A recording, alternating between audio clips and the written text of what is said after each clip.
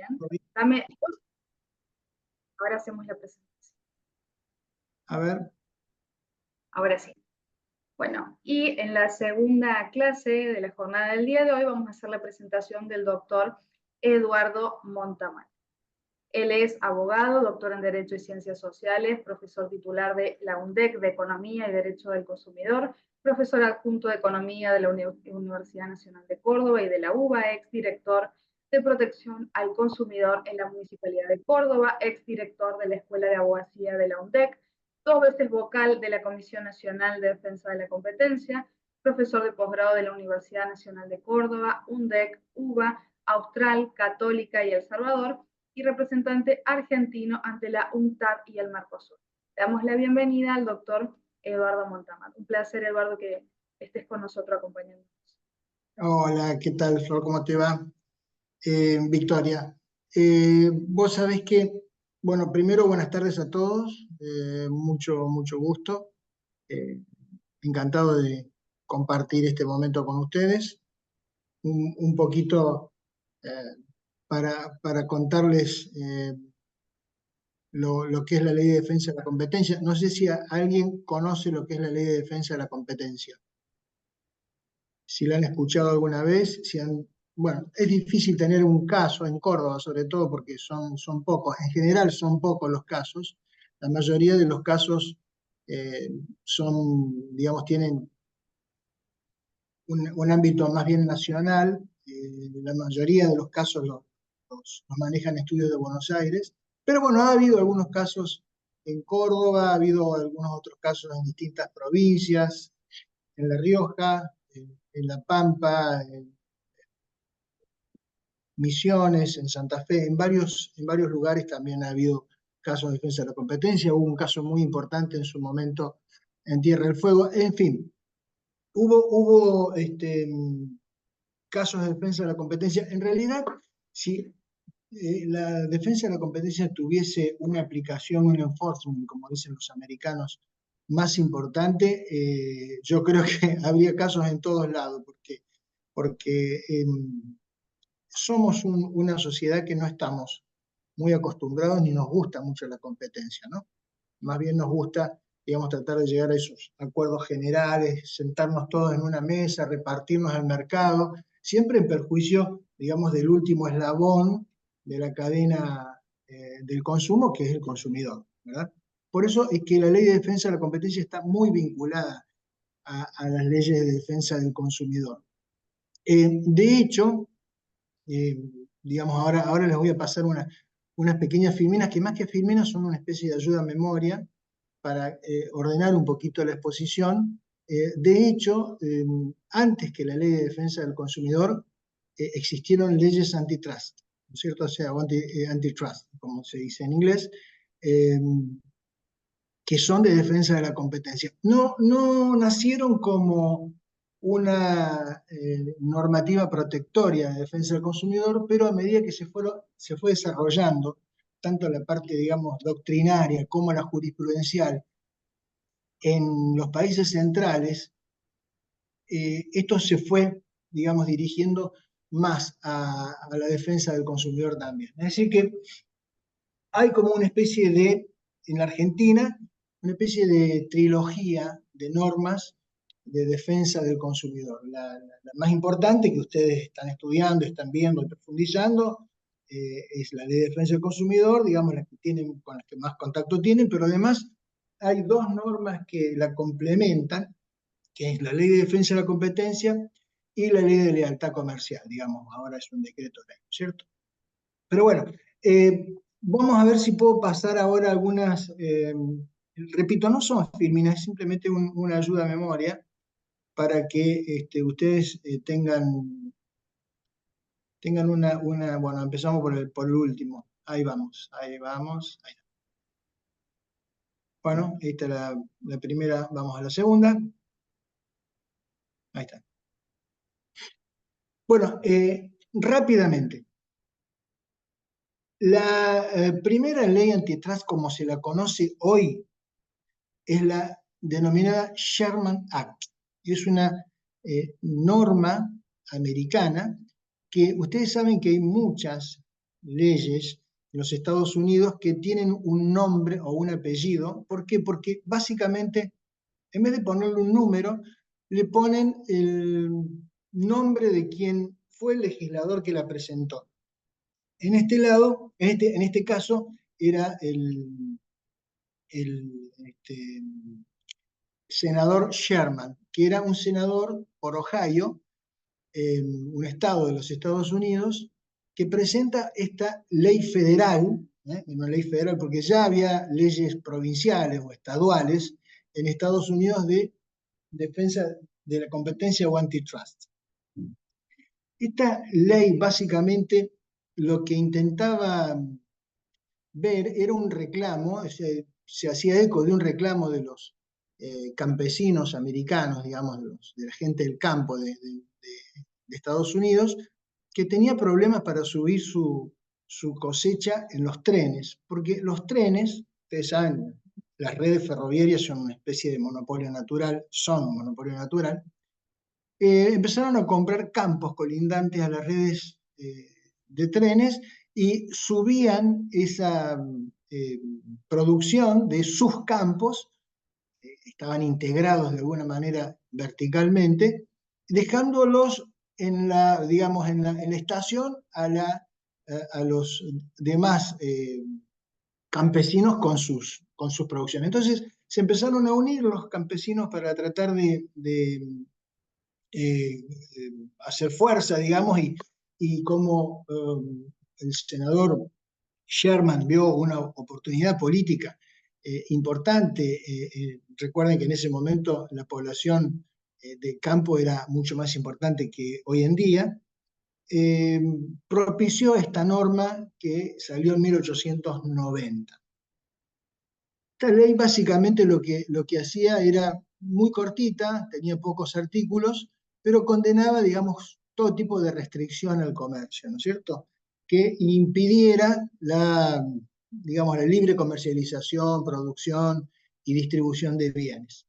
Entonces, en esa pequeña ley comienza esta historia de defensa de la competencia o antitrust en el mundo entero.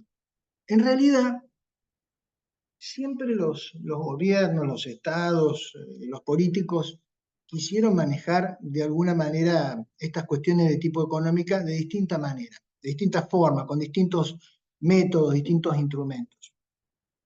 Y ya inclusive, y estos problemas de la especulación, digamos, en los mercados, no era nuevo ni mucho menos. Hay numerosos casos, los que ustedes que han estudiado abogacía, si han estudiado en Córdoba, vieron que, bueno, en mi época teníamos dos romanos, pero hay el derecho romano, habla acerca de algunas normas de control de precios que fijaron los romanos cuando veían, digamos, alguna especulación en el alza de los precios de ciertas cuestiones de consumo masivo, ¿no es cierto? Así que siempre se ha tratado de regular de alguna manera el, digamos, el comercio o los mercados. Pero bueno, ya volviendo a la época, digamos, más moderna, eh, después de Estados Unidos haber sacado esa ley, eh, digamos, ustedes saben que el sistema anglosajón es bastante sencillo, simple, no es como el nuestro que necesitamos cada vez más leyes para tratar de ir corriendo atrás de los digamos, de los hechos, ¿no es cierto? Ellos tienen dos o tres definiciones y con eso, a partir de la jurisprudencia, se va construyendo, digamos, toda la tipología de la normativa, ¿no? Entonces ellos con un par de artículos nomás, hasta el día de hoy se siguen manteniendo con esa norma, con la Sherman Act, con algunas modificaciones que hubo con posterioridad, algunas agregaciones que hubo, ¿no es cierto? Pero bueno, en ese momento se condenaban las conductas solamente. Después surge a principios del siglo pasado otra ley, la ley Clayton, o Clayton también, por un diputado Clayton, que digamos, fue el diputado que la presentó, se llama el Clayton Act. Act significa ley digamos, en inglés, entonces por eso ustedes van a escuchar siempre tal act, tanto act, ¿no? Porque es las leyes. Y esta ley básicamente lo que trataba era, porque se produjo un proceso de concentración de capitales muy importante en los Estados Unidos, de tratar de regular esos procesos de concentraciones económicas, imponiendo una especie de permiso administrativo por parte digamos, de la autoridad de aplicación. Se crea también la autoridad de aplicación, que es la FTC, Federal Trade Commission, la Comisión Federal de Comercio. Estamos hablando siempre de casos federales, ¿no? Es decir, donde no solamente no pasaba en una provincia o en un estado, sino que era interestadual, ¿no? Ley federal significa justamente que se ocupa de cuestiones, sí, perdón, me estoy despidiendo de... eh, resulta que, bueno, esa ley Clayton trae el control de fusiones y adquisiciones, lo que se denomina control de concentraciones económicas. Y después salieron otras leyes, digamos, que fueron sumando no solamente, digamos, funciones a la FTC, sino que además tratando de ver otro tipo de cuestiones, digamos, vinculadas al comercio, ¿no? En la Argentina, bueno, esa es la base prácticamente de toda la legislación mundial moderna de defensa de la competencia. En, en Europa, estas leyes no eran muy bien vistas porque Europa tiene también una especie de concepción más bien corporativa de la industria. Cuando hablo de concepción corporativa de la industria es, digamos, colaborativa, es decir, si se ponen a pensar en los más importantes movimientos políticos, sociológicos del siglo pasado, que desembocaron en la Segunda Guerra Mundial, tenían que ver con esto, ¿no es cierto? Con una, digamos, concepción corporativa, no solamente de la industria, sino de la sociedad toda. Entonces, no estaban muy interesados en desarrollar este tipo de legislaciones. Recién cuando termina la Segunda Guerra Mundial y se firman, digamos, los tratados de lo que hoy es la Unión Europea, el Mercado Común Europeo, no sé si ustedes han visto algo de eso, pero la Unión por el Carbón y el Acero, y en fin, y otra serie de normativas de dimensión comunitaria, recién ahí empiezan a incorporar estas cuestiones de antitrust o de defensa de la competencia, y en el Tratado de Roma, está en el artículo 54, 56, bueno, ahora ya tiene otro articulado, así que con el Tratado de Ámsterdam creo que está como en el 70 y pico, por ahí. Son 2 o 3 artículos, que fíjense qué coincidencia, ¿no? Están esos 2 o 3 artículos, o 4, artículos de defensa de la competencia, los más importantes son 2, los otros son, digamos, complementarios. Después de eso, de defensa de la competencia, ¿qué viene en el Tratado de Ámsterdam o el ex Tratado de Roma? Viene todo lo que es la industria que se considera o actividades que se considera de interés general. Y esas industrias que están contempladas ahí en el ex viejo Tratado de Roma, básicamente están apartadas o están sacadas del ámbito de la ley de defensa de la competencia o del antitrust. Con lo cual, un poquito ahí también estamos viendo que, digamos, en nombre o en el altar de la Unión Europea, ¿cierto? Mueren ahí algunas cuestiones de competencia.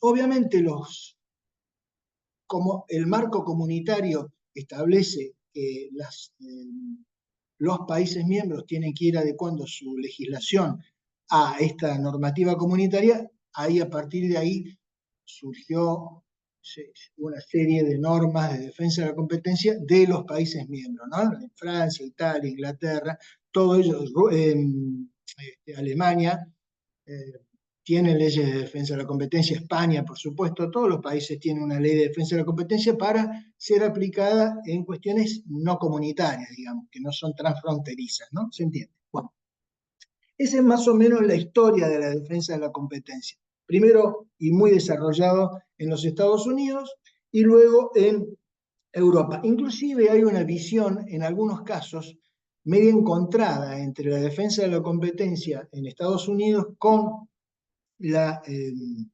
la manera en que ven la defensa de la competencia en Europa.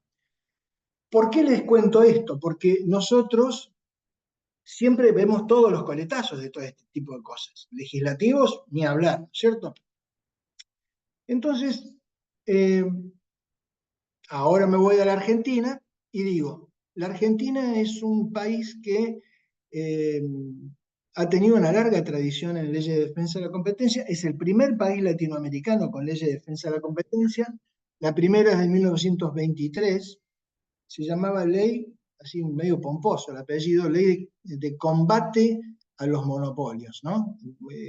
Contra, contra la especulación y los monopolios. Si era contra, no a favor de nadie, era contra, no nos gusta esa palabra contra, contra la especulación y los monopolios, ¿no? En 1923. Luego hay una modificación. Ah, y esa ley, la del año 23, como la del año 46, también que nace como una disputa, digamos, más bien de tipo político, que nace como una especie de amenaza, digamos, del gobierno para ciertas corporaciones que había en la República Argentina, pero como con esa amenaza medios esas corporaciones se acomodaron, o empresas se acomodaron a la nueva, digamos, a la nueva política que regía en ese momento, esa ley demoró como 3 años en ser reglamentada. Ustedes saben, como abogados, que una norma, si no es reglamentada, no tiene ningún tipo de efecto, ¿verdad? Entonces, bueno, demoró 3 años, cuando hay otra nueva disputa, terminan de reglamentar la ley de defensa de la competencia.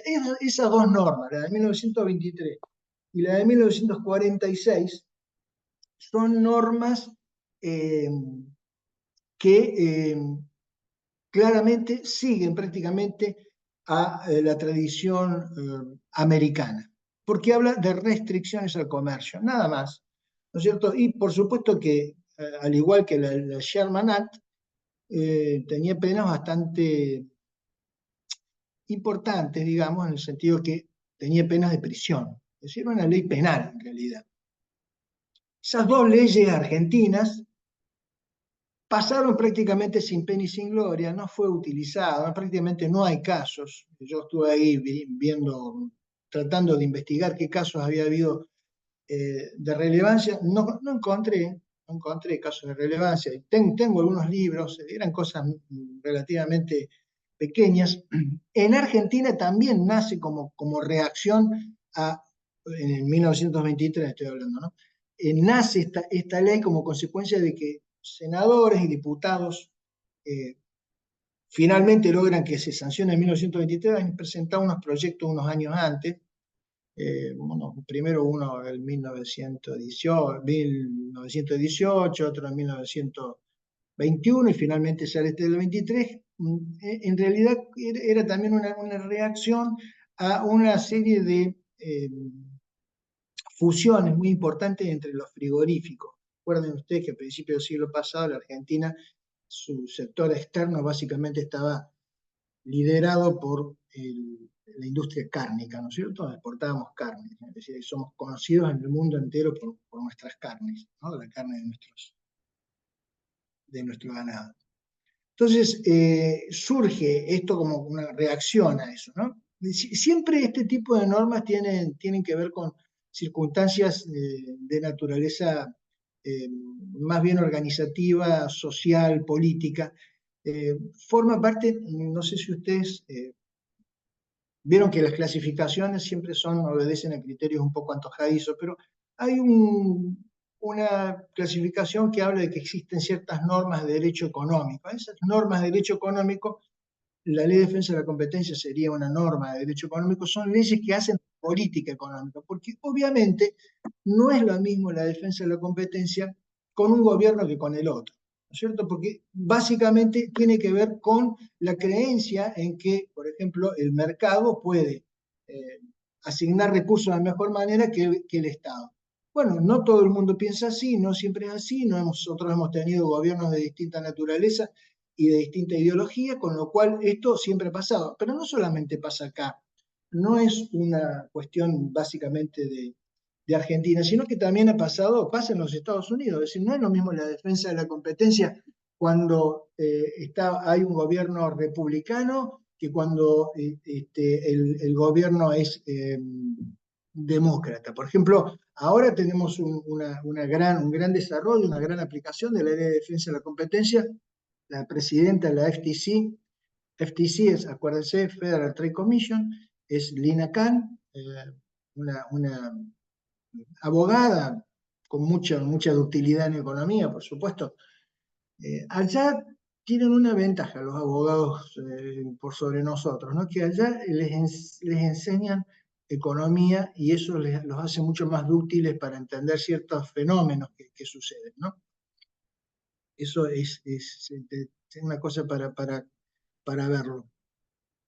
Bueno, en Argentina, y ahora ya se reza esa primera etapa norteamericana, digamos, donde las dos primeras leyes siguen a Estados Unidos, y llega 1980.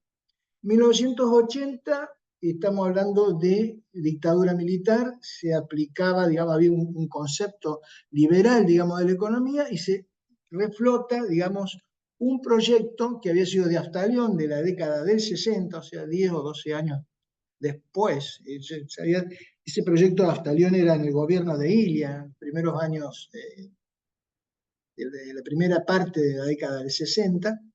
Ese Aftalión era ustedes lo han escuchado seguramente en derecho penal, y él hace una ley, eh, la 22262, que se saca como si fuera un decreto de ley. Acuérdense que en la época militar eran decretos leyes, y se empieza a aplicar. Pero esa ley es un giro copernicano con relación a la ley esta americana, porque es una ley básicamente que obedece a estándares europeos.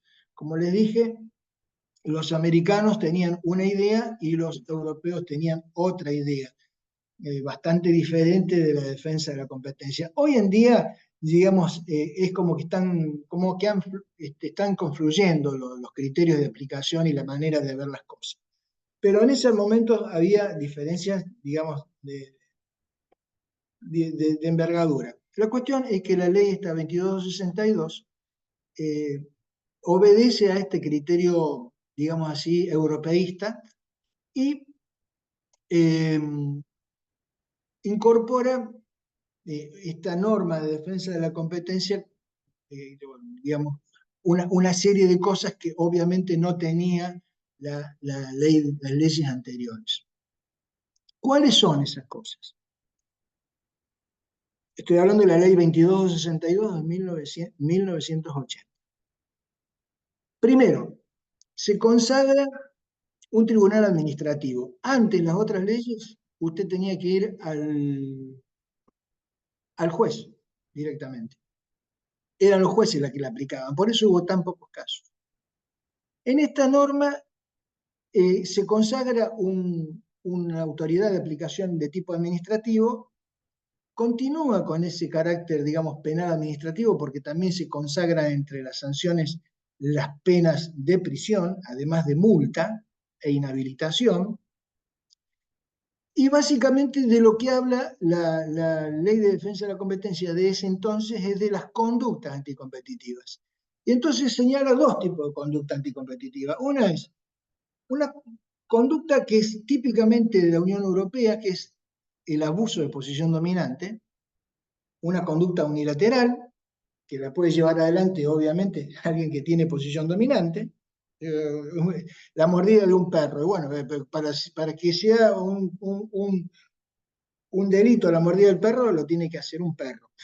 Entonces, en este caso, el abuso de posición dominante lo tiene que hacer alguien que tenga posición dominante en el mercado. Después ya vamos a ver qué es eso. Y después las conductas que se llaman concertadas o cartelizadas, donde hay varios que se ponen de acuerdo para hacer algo en contra de alguien, que puede ser un competidor, o en contra de los usuarios, los consumidores, ¿no es cierto? Entonces, esos dos tipos de conducta, nada más, no se habla más de nada, de más nada. Consagra el principio de realidad económica, es decir, no importa cómo lo disfraces, si lo importante es digamos, el potencial eh, efecto contra la competencia. Y lo más importante, consagra por primera vez un bien jurídico protegido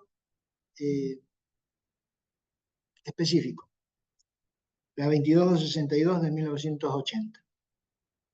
El interés económico general. El interés económico general, que ustedes deben saber, no sé si ustedes saben, lo que es un concepto difuso, digamos, ¿cierto? Jurídico difuso, ¿no es cierto? Es decir, el concepto difuso, digamos, lo que tiene, ya la Corte ha dicho varias veces sobre esto, porque no es el único concepto jurídico indeterminado o difuso, concepto jurídico indeterminado o difuso, se va construyendo con la jurisprudencia. La jurisprudencia dice, en definitiva, qué es el interés económico general. Como ven, el interés económico general, yo creo que ahí hasta León no entendía muy bien mucho, digamos, quiso poner, como era penalista, quiso poner un bien jurídico protegido específico. Y como no le cerraba el tema de la competencia, porque ¿qué es la competencia? Dijo, vamos a poner el interés económico general, que siguiendo al Tratado de Roma, que el Tratado de Roma lo tiene al interés económico general como una excepción a la competencia. En cambio, nosotros lo tenemos como el valor protectivo de la competencia. Fíjense, ¿no? Lo que es por ahí trasplantar un árbol de un lado al otro, ¿no? Sin pensar muy bien cómo son las consecuencias de eso. De todas maneras, la jurisprudencia ha tratado, ha tratado digamos, de identificar qué es el interés económico general con estas cosas, en este tipo de conductas anticompetitivas, digamos, de la aplicación de esta ley. Después Doctor, de 1980, quería... ¿hasta qué hora tenemos? Perdón, ¿cuánto tiempo tenemos? ¿Me escuchan? Y hasta las 7, Eduardo. Ah, bueno, entonces lo voy a meter un poquito. Después de esa ley tenemos dos leyes más, la 25.156 y la 27.442, que es la que rige en este momento. Básicamente, la diferencia entre la 22.62 y la 25.156 es que, así como la ley Clayton, ¿se acuerdan?, incorporaba el control de fusiones y adquisiciones, la ley 25.156 incorpora, además de las conductas anticompetitivas, el control de fusiones y adquisiciones. Ese yo creo que es el gran cambio. Y después, otro cambio importante es en digamos, la autoridad de aplicación. Crea un tribunal de defensa de la competencia que tenía que ser designado por concurso, era un tribunal autárquico, ya no lo designaba el Poder Ejecutivo, sino que a través de un concurso, eso nunca se llevó adelante. Nunca se terminó de constituir ese Tribunal de Defensa de la Competencia, y hasta el día de hoy seguimos nosotros, sigue estando la Comisión Nacional de Defensa de la Competencia encargada de la aplicación de la ley, encargada de manera administrativa. Es decir, de manera administrativa significa que después se tiene que ir a los tribunales si están disconformes, ¿no? En general nos han confirmado casi todos los fallos, pero bueno, el sistema es que hasta el día de hoy la Comisión Nacional de Defensa de la Competencia continúa. Pero la diferencia que había entonces de la 22.262 a la 25.156, que fue exactamente en el año 1998, ¿no? es decir, 18 años después, de 1980, 18 años después, se incorpora el control de fusión y de adquisición. En el año, hace 5 años, 6, se me fue la fecha de la última ley, pero digamos que hace 5 o 6 años se reformó la última ley, la 27442, que incorpora algunas otras cositas más. Básicamente es más o menos parecida, muy parecida a la ley, pero bueno, trae algunas cosas aclaratorias de la ley 25156, ya la vamos a ver. Yo les pedí que ustedes tuviesen la ley a mano. ¿La tienen? ¿Se escucha?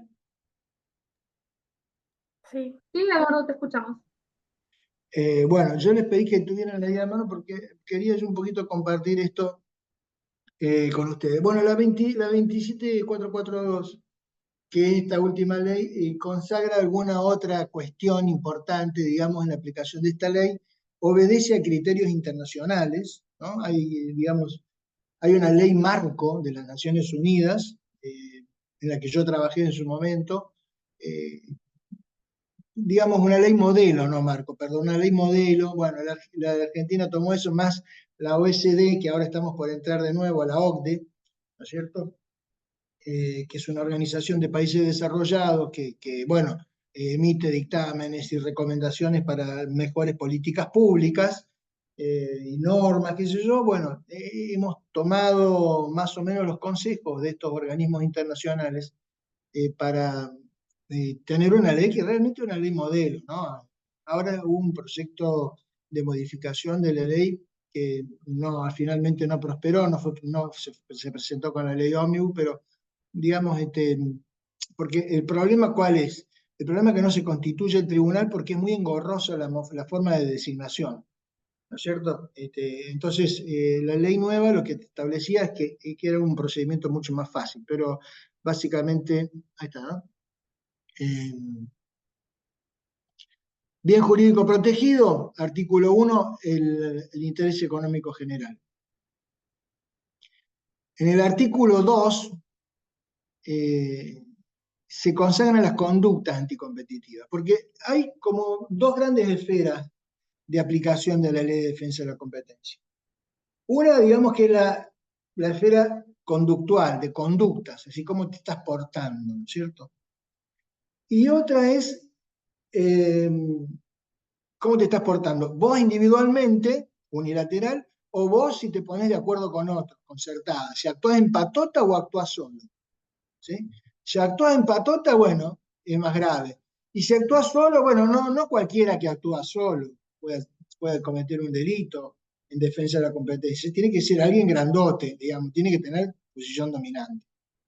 Ahí en las conductas, la conducta está establecido en el artículo 1, y donde básicamente establece que esas conductas restrictivas deben afectar, aunque sea potencialmente, al interés económico general. Es larga la discusión sobre el interés económico general, ha sido el motivo de mi tesis, así que si quieren, después se las paso, tiene 450 páginas, si alguien tiene ganas de leer eso, yo no perdería el tiempo. Pero básicamente, digamos, está en el artículo 1, establece, digamos, que todas estas restricciones, en tanto y en cuanto afecten el interés económico general, son violaciones de la Ley de Defensa de la Competencia. Después viene y dice, bueno, a ver, ¿cuáles son estas conductas? ¿Qué tipo de conductas pueden ser estas que afectan al interés económico general? Hay dos tipos, unilaterales, que se llama abuso de posición dominante, y las concertadas, que ustedes las deben conocer como cárteles, ¿cierto?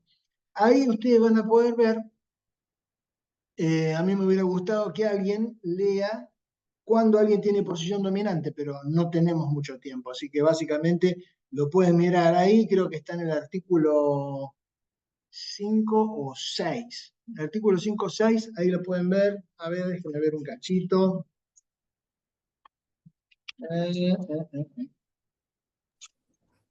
Artículo 5, doctor. El artículo 5 la define, ¿verdad? El artículo 5 la define. Y al artículo 6 dice, bueno, que tenga posición dominante, bla, bla, bla, ¿no es cierto? Y entonces el artículo, pero ¿qué es tener posición dominante? El artículo 6, por eso lo menciono yo ahí, establece quién tiene posición dominante. Y dice, por ejemplo, a fin de establecer si alguien tiene posición dominante, se tendrá que ver el grado en que el bien o servicio que se trate es sustituible por otro. Es decir, a ver, vos este bien, ¿tenés un bien sustituto o sos el único que produce este bien? ¿Entendés? Entonces, si sos el único que produce este bien, y bueno, tenés posición dominante. ¿Sí? El grado de restricciones normativas que haya. Digamos, resulta ser que hay una ley que solamente le otorga, bueno, a una cosa muy interesante de la relación entre, por ejemplo, esta legislación y la ley de patentes, sobre todo medicinales, ¿no es cierto?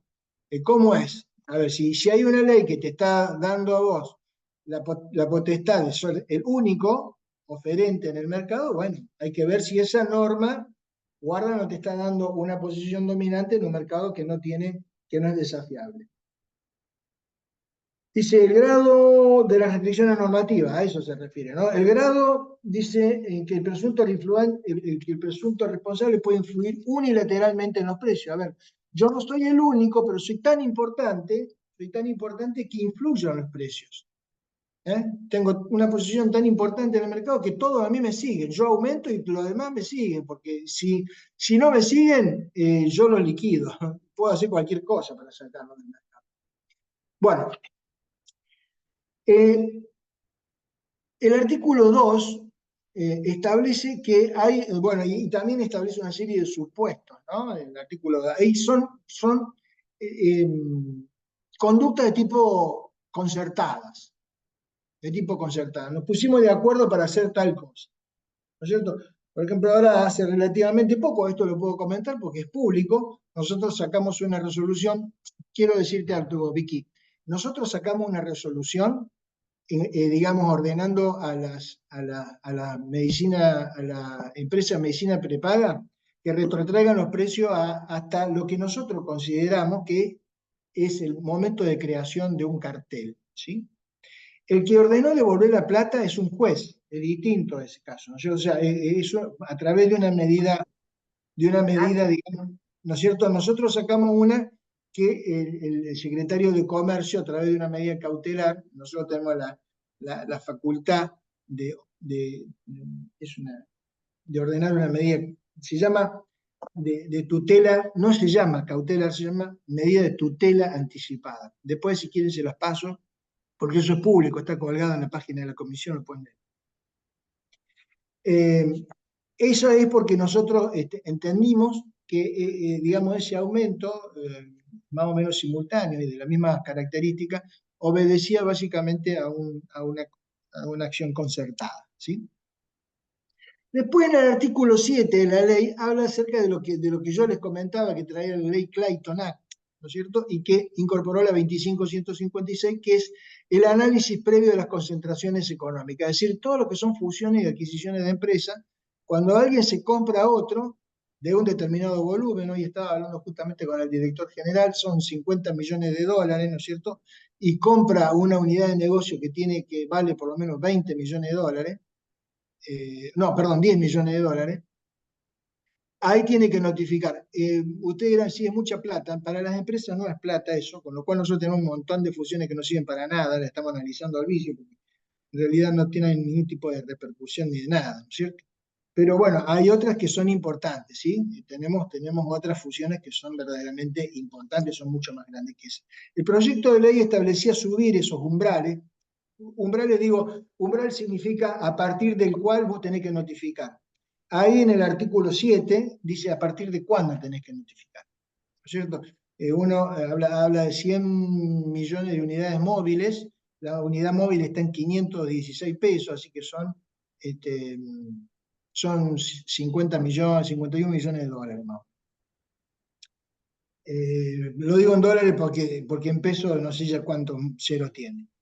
Y siempre que lo que se te está transfiriendo, el activo tenga por lo menos 20 millones de unidades, de unidades móviles, multiplicado por 510 son 10 millones de dólares.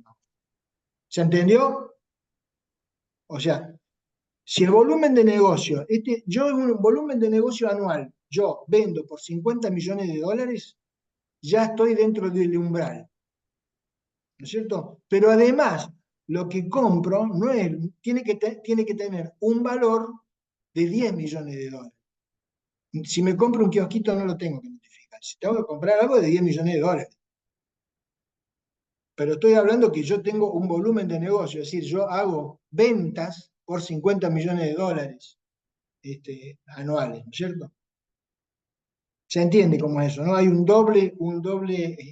digamos, una doble evaluación de lo que tenés que notificar o no.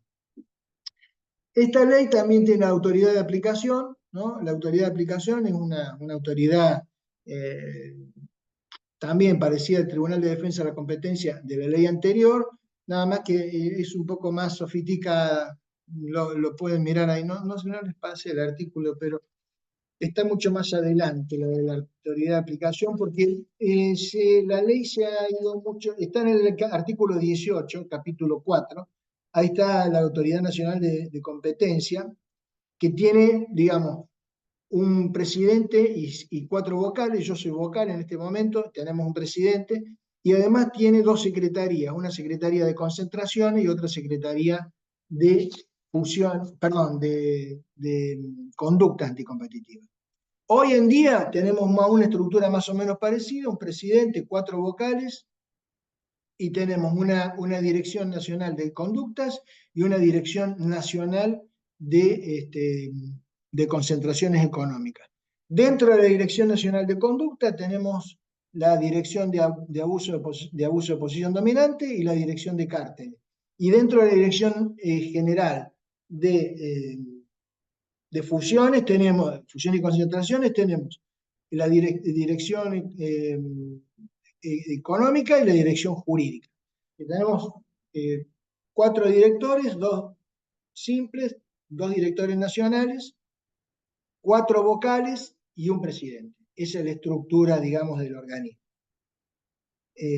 actual. Está en Buenos Aires. Miren, acá yo alcanzo a ver, estoy enfrente de la Secretaría de Comercio, ¿cierto? Enfrente tengo la Secretaría de Comercio, esto está en Diagonal Sur, digamos, está la Plaza de Mayo, después viene está la Casa Rosada, viene la Plaza de Mayo, y digamos, si yo me parara enfrente de la Plaza de Mayo, así, mirando desde el balcón de la Plaza de Mayo para allá, vería que salen, al terminar la Plaza de Mayo, del balcón de la Casa Rosada, quiero decir, vería la Plaza de Mayo enfrente y vería que salen dos diagonales, ¿no? Una diagonal norte, otra diagonal sur. Bueno, nosotros estamos en diagonal sur a 2 cuadras de la Plaza de Mayo. Y estamos enfrente de la Secretaría de Comercio. Bueno, una cosa muy importante que tiene la nueva ley es el programa de clemencia, que es la famosa ley del arrepentido. La famosa ley del arrepentido. Ahora estamos sacando la reglamentación. La reglamentación, porque la reglamentación de la reglamentación, porque en realidad es así. La ley de defensa de la competencia dice, bueno, voy a reglamentar en el artículo 40, creo que está bien adelante el artículo. A ver, déjame ver dónde está. No sé por qué no lo puse en el artículo. A ver.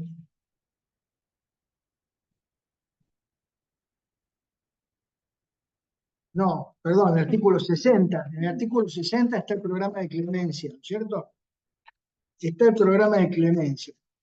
Ese articulado, que es el 60, que es muy largo, muy pésima técnica legislativa,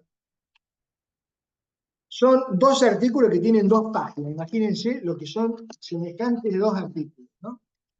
Eso fue, digamos, reglamentado. Y la reglamentación dijo, vamos a dejar en manos del organismo que reglamente la reglamentación, que reglamente, que haga un procedimiento de clemencia, que casualmente lo hemos elaborado ahora en estos meses, lo hemos elaborado y está revisándolo el secretario con el equipo técnico, porque acá hay un cuerpo jurídico, obviamente, de la Secretaría, muchos que son de planta permanente de hace muchos años, y otros nuevos, ¿no es cierto?, que revisan este tipo de normas antes de que salgan. Bueno, esos es los aspectos salientes, ¿no es cierto?, de la Ley de Defensa de la Competencia. Listo. Muy rápidamente, chicos.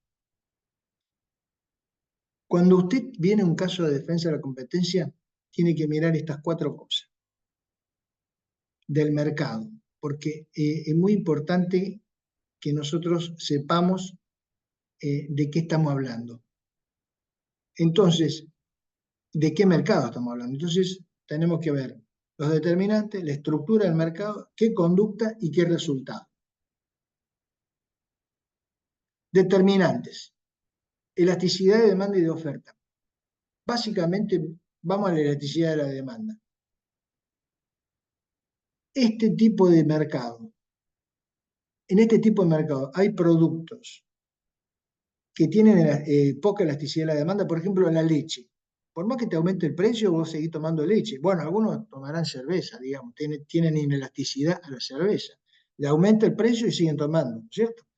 Pero digamos, en general, la gente tiene ciertos productos de primera necesidad y también los bienes de lujo tienen poca elasticidad precio de la demanda. ¿Qué significa? Te aumenta el precio y vos seguís consumiendo. Otra cosa que tenés que ver es la economía de escala. A ver, en este negocio, ¿puede entrar cualquiera o solamente hay para pocas empresas? Por ejemplo, vos no podés meter una fábrica de automóviles, son pocos. O sea, tenés que mirar. Ahí, si son pocos, no sabés, no cualquiera puede poner una fábrica de automóviles, es poco. Segundo, la disponibilidad de tecnología. ¿Esta tecnología está disponible para todo el mundo o es solamente para algunos? Bueno, entonces, transabilidad del producto.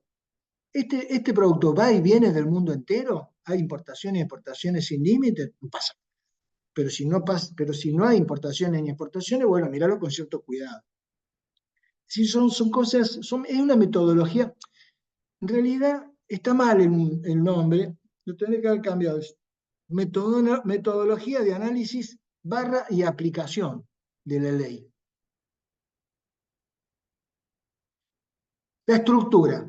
La estructura básicamente de un mercado se refiere a por cuánta gente está compuesta este mercado, ¿cierto? Por ejemplo, concentración de la oferta. ¿Cuánta gente hay? Segundo, los que venden, ¿cuántos son? Los que compran, ¿cuántos son? Porque si son pocos los que compran y pocos los que venden, bueno, ahí se compensa el poder de mercado, ¿cierto? En cambio, si son pocos los que venden y muchos los que compran, bueno, ahí es más fácil, digamos. Segundo, tercero, ¿los productos están diferenciados? ¿Hay diferenciación de productos o todo es lo mismo?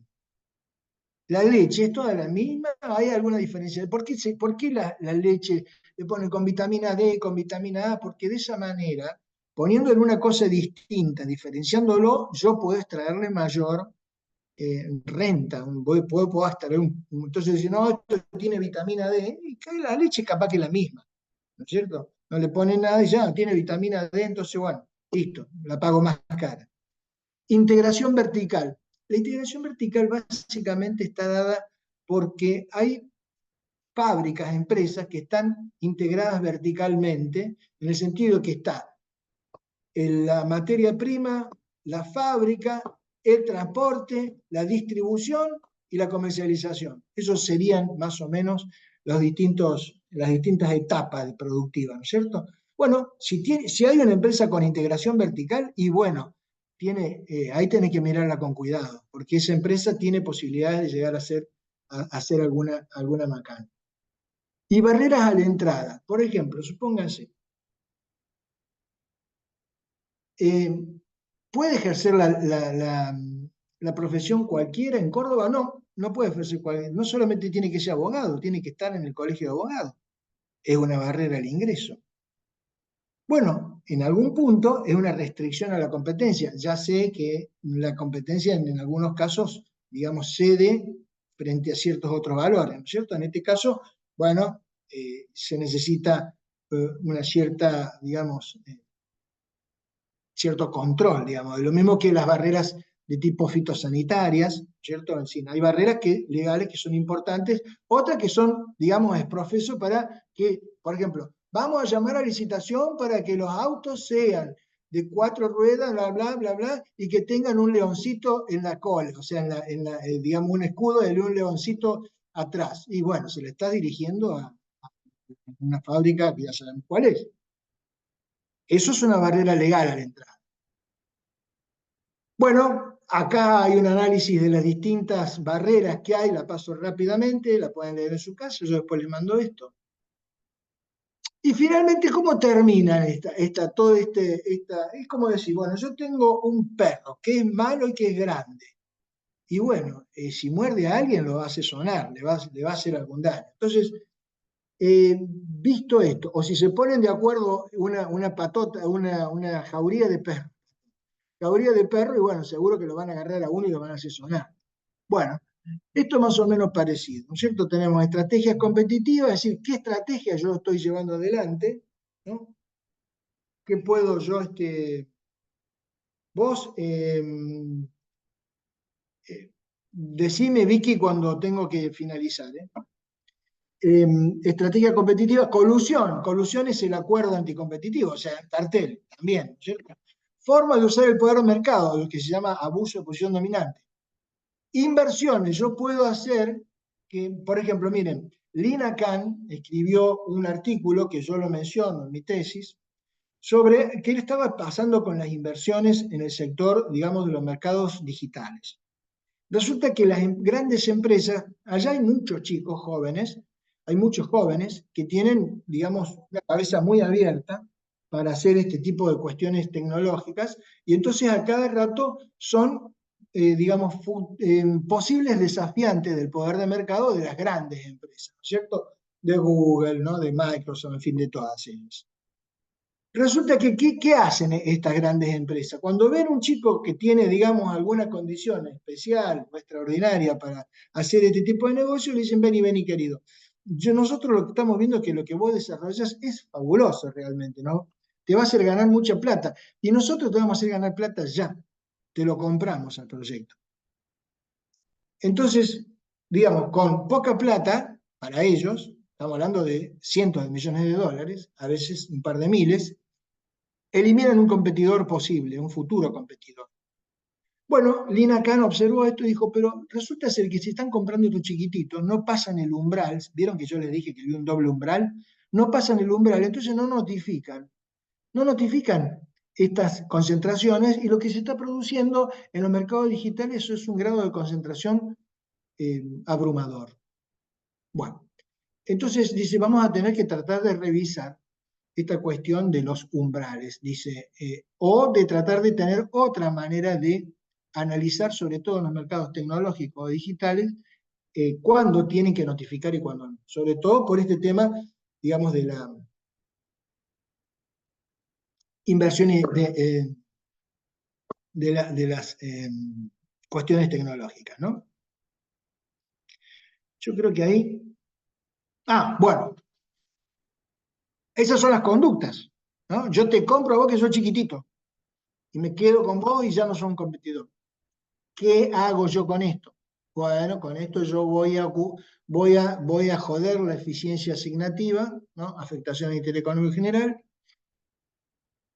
Acá, digamos, esto es un concepto meramente económico, que es el equivalente a la pérdida de bienestar. Ahí tiene que ver, digamos, el excedente del consumidor y el excedente del productor. Olvídense, no se pongan a mirar eso, pero básicamente lo que quiere ver es, a ver, ¿qué pasa acá con la innovación, con la eficiencia, con la equidad distributiva y con la libertad y amplitud de opciones? Cuando esa conducta puede llegar a digamos, afectar cualquiera de estas cosas que están señaladas ahí. En mi tesis yo pongo algunas otras cosas más, pero no quiero irme de lo clásico y de lo que ustedes pueden ver en otros libros para que no digan, no, Montamás está inventando cosas, qué sé yo, no, bueno, eso sí, puede ser que yo haya inventado algo, pero esto lo van a encontrar en todos los libros. La mayoría de los libros, lamentablemente están en inglés. Pero hay algunos libros, Borg, por ejemplo, que están traducidos al castellano. Hay algunos libros importantes de Estados Unidos que están. traducidos. Así que el que quiera ver alguna otra cosa me dice. Después, lo que les recomiendo, si están interesados en el tema, visiten nuestra página porque nosotros tenemos una dirección de estudios económicos y jurídicos, donde, por ejemplo, acá, a ver, quiero ver si lo tengo por acá. No, no lo tengo por acá, lo debo tener por allá, en mi otra parte de mi oficina, ¿cierto? Le muestro mi oficina, esta es mi oficina. A ver, esta es mi oficina. Yo tengo una bibliotequita allá y ahí debo tener, por ejemplo, hice fotocopiar. A ver, espérenme un segundo, me voy a fijar si no lo tengo acá y se los muestro.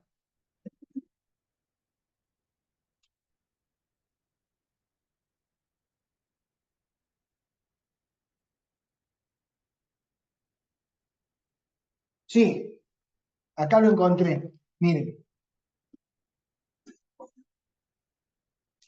No sé si alcanzan a leer ahí. No, doctor, no se ve. Alejalo un poquito, Eduardo, está fuera del foco ahí. Bueno, básicamente lo que dice ahí es, hay un escudito ahí arriba que dice Comisión Nacional de Defensa de la Competencia y dice acá guías para el análisis de casos de abuso de posición dominante de tipo exclusorio. Entonces, digamos, esa dirección, digamos, construye papers, documentos, vendría a ser mejor, no tenemos por qué decirlo en inglés, documentos, digamos, donde ustedes pueden orientarse para si tienen que ver algún tema de esto. Por ejemplo, hay una guía también, no la tengo acá a mano, si no se las pasaría, una guía para el análisis de fusiones y adquisiciones. Es decir, qué tienen que tener en cuenta cuando están viendo una fusión y una adquisición para que esa fusión, digamos, atraviese ese examen que nosotros le hacemos. Y bueno, porque ¿qué pasa? Ese examen previo de fusión y adquisición, eso no tuve tiempo de decírselo, la fusión y adquisición, ese control se hace a través de digamos, de un trámite que se hace acá en la comisión y que nosotros podemos decir, la aprobamos, la desaprobamos o la condicionamos. Le decimos, che, tenés que vender algo, no podés comprarte todo, tenés que vender algo. ¿No es cierto? Por ejemplo, en la fusión Quilmes-Brahma, nosotros le dijimos a Quilmes, che, vendé tal cosa, vendé tanto, vendé todas, tenía un montón de marcas Quilmes, vendió 15 marcas, ¿no es cierto? Para que la fusión no tuviese todas las marcas de todas maneras, digamos, después Quilmes siguió siendo lo que era antes, en definitiva, que era prácticamente una empresa con posición de dominio. Ahí, en la fusión y adquisiciones, lo que se trata de hacer es que la fusión digamos, no haga que una empresa adquiera una posición de dominio, por ejemplo, o refuerce su posición de dominio, ¿verdad? Pero bueno, el caso Quilmes-Brahma, al día de hoy todavía hay cuestiones pendientes que estamos resolviendo con distintas casos que tenemos aquí. Hace un tiempo salió un fallo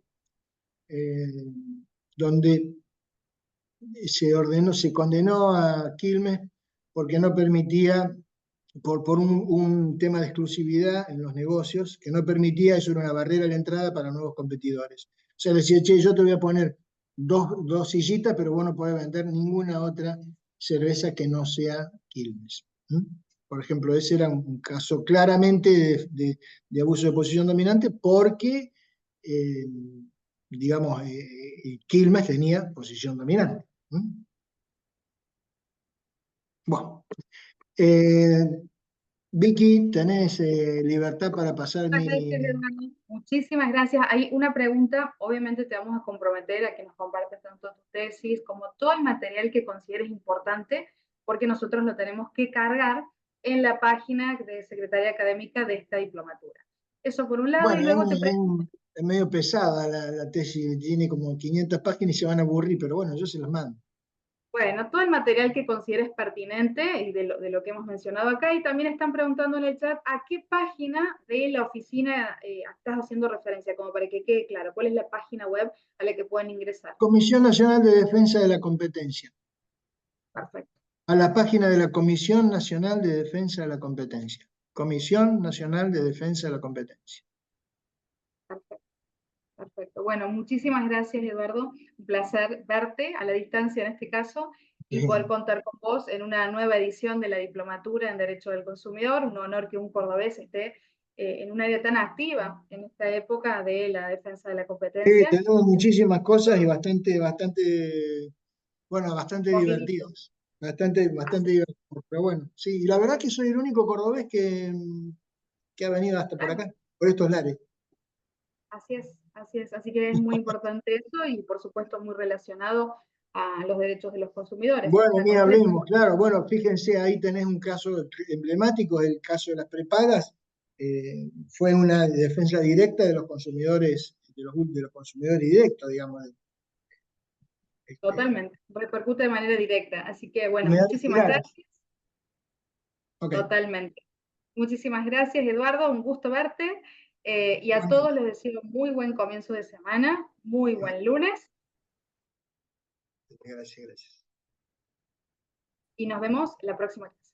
Buenas tardes. Nos vemos. Chau, chau. Nos Chao, vemos. gracias. Chao, Chau, gracias. gracias. Colegas, que descansen.